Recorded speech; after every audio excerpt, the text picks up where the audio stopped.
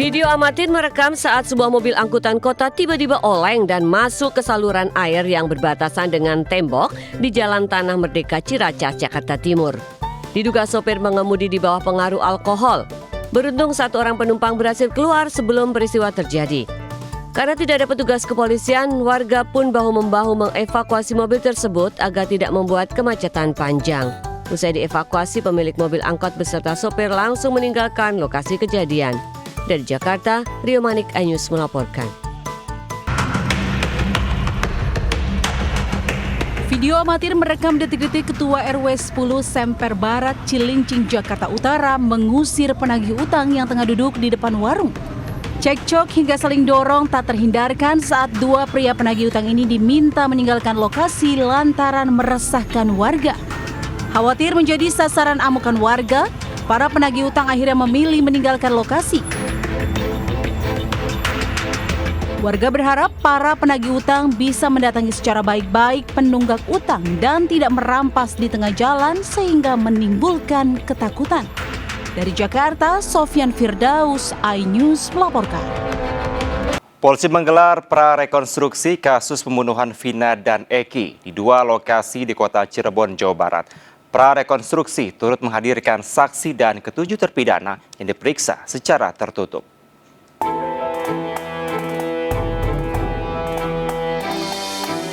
Tim gabungan penyidik Polda Jawa Barat melakukan prarekonstruksi kasus pembunuhan Vina dan Eki di areal perkebunan Jalan Perjuangan dan di flyover Talun, Kabupaten Cirebon, Jawa Barat, Rabu malam. Di flyover Talun, petugas menandai TKP saat ditemukannya Vina dan Eki usai dianiaya hingga tewas pada tahun 2016 lalu. Petugas juga memeriksa saksi secara tertutup di dalam mobil penyidik Polda Jabar. Prarekonstruksi ini pun menjadi tontonan warga setempat, termasuk keluarga tersangka Peggy Setiawan yang merasa kecewa tidak mendapat pemberitahuan soal prarekonstruksi. Ibu tersangka Peggy masih yakin anaknya tidak bersalah dalam kasus tewasnya Vina dan Eki. Saya difitnah sama orang-orang, katanya. Ya udah mama, saya terima dengan ikhlas. Biarlah, Allah itu maha tahu, maha adil. Dia tidak tidur, Mak. Peggy barangkali sudah jalannya begini, itu aja lah kita. Hingga proses prarekonstruksi selesai, tidak ada keterangan resmi dari pihak kepolisian. Petugas hanya memasang garis polisi di TKP pembunuhan di Jalan Perjuangan Kota Cirebon atau di depan SMP 11 Cirebon. Dari Cirebon, Jawa Barat, Toy Iskandar, iNews melaporkan. Sementara pemirsa, polisi menangkap pelaku pembuang bayi yang diletakkan dalam ember depan sebuah rumah di Kota Semarang. Pelaku merupakan ibu dari bayi malang tersebut.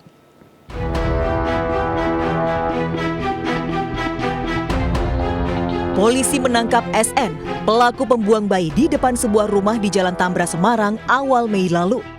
Pelaku ditangkap di rumah indekos tak jauh dari lokasi pembuangan bayi. Wanita 25 tahun ini sempat pulang ke kampung halamannya Wonosobo sebelum akhirnya ditangkap di tempat indekosnya. SN mengaku melahirkan secara normal sendirian di kamar kos. Wanita muda ini berdalih tak bermaksud membuang bayinya, tapi ingin menitipkan kepada pemilik rumah tempat ia meletakkan si bayi.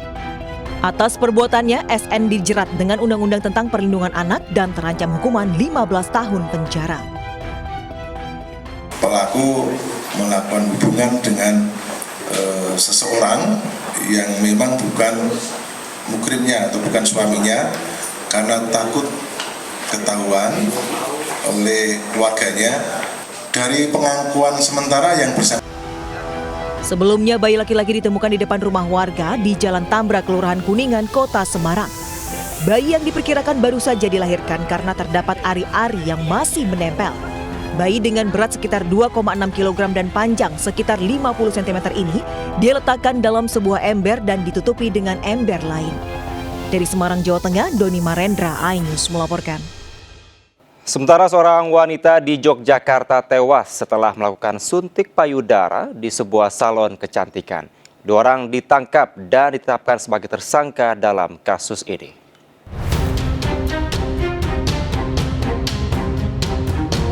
SM, pria pemilik salon kecantikan di wilayah Depok Barat, Sleman, Yogyakarta, telah ditetapkan sebagai tersangka oleh Polsek Depok Barat, Yogyakarta dengan dugaan malpraktek. Pria 40 tahun ini dibantu pegawainya Eka menyuntikkan cairan ke payudara PK, wanita 27 tahun. Tetapi beberapa jam setelah disuntik, korban mengeluh sesak nafas. Meski sempat dibawa ke rumah sakit, korban akhirnya meninggal dunia. Setelah dilaksanakannya treatment itu 5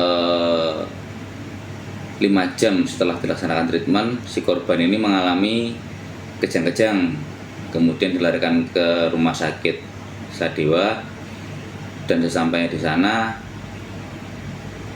baru mendapatkan penanganan awal, si korban sudah dinyatakan meninggal dunia. Pelaku sudah 5 kali melakukan perawatan payudara di salon kecantikan yang telah beroperasi 1 tahun. Ternyata selain tidak mengantongi izin, pelaku juga tidak memiliki keahlian.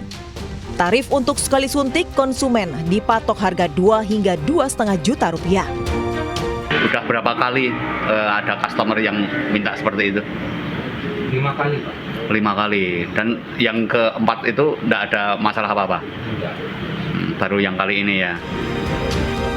Polisi masih menunggu hasil laboratorium terkait kandungan bahan kimia yang menyebabkan korban meninggal dunia. Dari Sleman, Yogyakarta, Budi Utomo, iNews melaporkan. Sepasang suami istri tangkap polisi karena mencetak uang palsu. Sejak awal tahun, keduanya telah mencetak 400 juta uang palsu dan diedarkan di Jawa Tengah.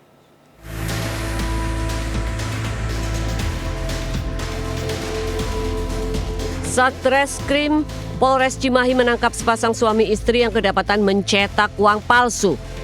Sebelumnya, pasutri berinisial PG dan FA ini digerebek di kediamannya di kawasan Jalan Baros. Polisi kemudian menyita sebanyak 1.500.000 uang rupiah palsu, pecahan 100.000 dan 50.000, juga alat cetak, tinta warna, serta laptop. Kepada polisi, tersangka mengaku telah mengedarkan 400 juta uang palsu sejak awal tahun ke wilayah Jawa Tengah. Mereka mencetak uang palsu sesuai permintaan pesanan konsumen.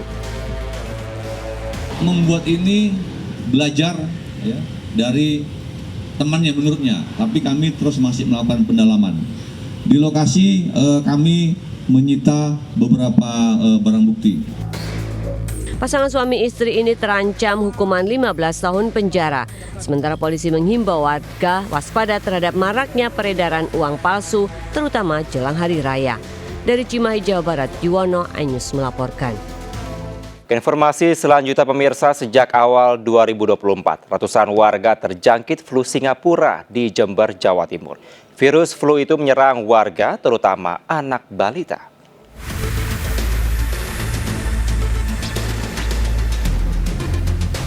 Flu Singapura sejak awal tahun 2024 hingga Mei 2024 menjangkiti 251 warga Jember, terutama anak balita. Awalnya penderita alami demam, batuk, hingga sakit tenggorokan biasa. Gejala selanjutnya, mulut mirip sariawan, telapak tangan dan kaki bintik-bintik kemerahan yang kemudian melepuh. Flu Singapura disebabkan introvirus yang menyerang tangan, mulut, dan telapak kaki. Ada peningkatan pada minggu ke-17. Kalau sekarang ini kan minggu ke-20. Jadi sudah 3 minggu terakhir ini terjadi peningkatan. Nah, peningkatan sampai hari ini tercatat data ada 251 kasus flu Singapura yang ada di Kabupaten Jember. Flu Singapura itu sebetulnya bukan penyakit seperti influenza, tetapi sebenarnya flu Singapura itu cuma namanya saja, tetapi bentuknya yang kita kenal adalah HFMD, Hand, Mouth, Foot Disease. Jika kondisi tubuh penderita bagus, maka penderita penyakit ini akan sembuh dengan sendirinya maksimal selama 10 hari. Virus ini belum ada vaksinnya namun tidak mematikan. Meski demikian, warga tetap perlu waspada dengan terus menjaga kebersihan diri dan lingkungan hingga asupan nutrisi yang baik. Dari Jember, Jawa Timur, Bambang Sugiarto, iNews melaporkan.